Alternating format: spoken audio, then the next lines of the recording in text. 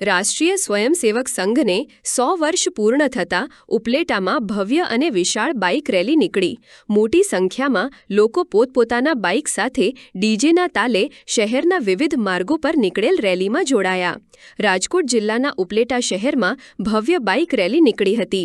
જેવી રીતે અયોધ્યામાં શ્રી રામ મંદિરમાં ભગવાન શ્રી રામલલ્લાની મૂર્તિ પ્રાણ પ્રતિષ્ઠા વખતે નીકળેલ વિશાળ બાઇક રેલીની યાદ તાજી અપાવી હોય તેમ ઉપલેટા શહેરમાં આજરોજ રાષ્ટ્રીય સ્વયંસેવક સંઘને 100 વર્ષ પૂર્ણ થતાં ભવ્ય અને વિશાળ બાઇક રેલી શહેરના વિવિધ માર્ગો પર નીકળી હતી।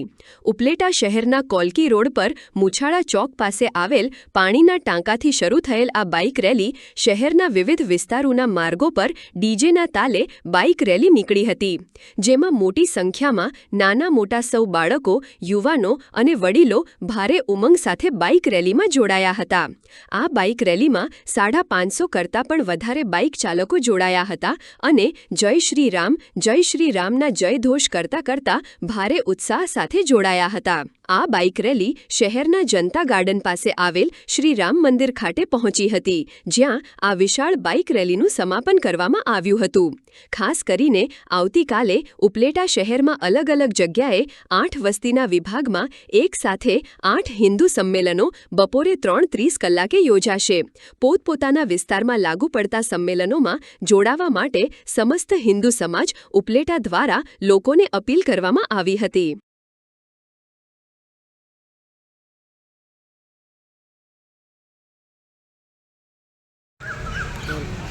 કૌશલ પરમાર, હિન્દુ સંમેલન સમિતિ ઉપલેટા। આજ રોજ હિન્દુ સંમેલન જે થવા જઈ રહ્યા છે એ સંદર્ભે વિશાળ બાઇક રેલીનું આયોજન થયું હતું, જેમાં હજારો લોકોની ઉપસ્થિતિ હતી। આ બાઇક રેલી કોલકી રોડ પાણીના ટાંકેથી શરૂ થઈ અને બડા બજરંગ શ્રી રામજી મંદિરે આ બાઇક રેલી પૂરી થઈ।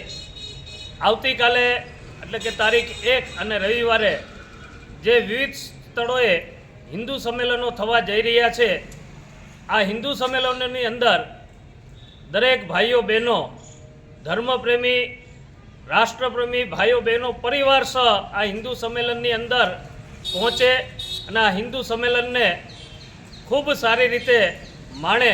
અલગ અલગ પ્રકારના સાંસ્કૃતિક કાર્યક્રમો પણ આ હિન્દુ સંમેલનની અંદર થવાના છે અને આપણા ભારતના કહેવાતા દેશી ટાર્જન એ પણ બધા હિન્દુ સંમેલનની અંદર રહી અને ગૌ માતા અને પંચગવ્યનું માતમ શું છે એ કહેવાના છે। તો સર્વે હિન્દુ ભાઈઓ બહેનો આ હિન્દુ સંમેલનની અંદર મોટા પ્રમાણની અંદર જોડાય। અસ્તુ ભારત।